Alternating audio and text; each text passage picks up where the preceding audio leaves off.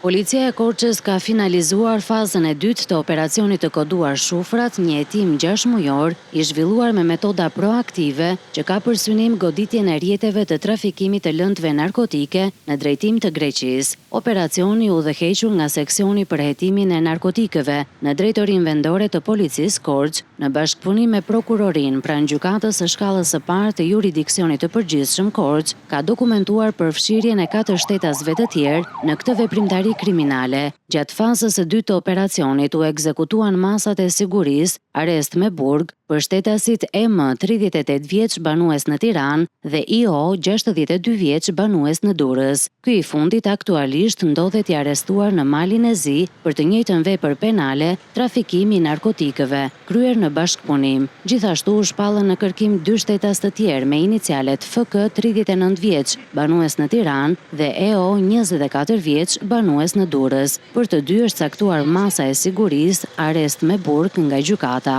Nga hetimet rezulton se të lartë përmendurit kanë bashkëpunuar me 2 persona të arrestuar më datë 18 nëntor 2024, të cilët u kapën në tentativë për të trafikuar drejt Greqisë 56 kg kanabis sativa të fshehura brenda 44 shufrave metalike të montuara në tavanin e një kamioni. Në kuadër të këtij operacioni është ekzekutuar gjithashtu masa e sigurisë, pezullimi i ushtrimit të një detyre a një shërbimi publik për shtetasin me inicialet AH 63 vjeç banues në Tiranë me detyrë punonjës i Drejtorisë së Përgjithshme të Shërbimeve të Transportit Rrugor. Ai dyshohet për veprën penale, shpërdorimi i detyrës, pasi nga hetimet rezulton se ka manipuluar të dhënat e targave dhe pronësisë së automjeteve të përdorura për këtë aktivitet kriminal. Gjatë operacionit është sekuestruar edhe një automjet i dyshuar si pjesë e veprimtarisë së palishme. Materialet procedurale i janë kaluar prokurorisë së Korçës për veprime të mëtejshme hetimore. Autoritetet theksojnë se hetimet vijojnë dhe nuk përjashtohet përfshirja e personave të tjerë në këtë rrjet të mirë organizuar të trafikimit të drogës.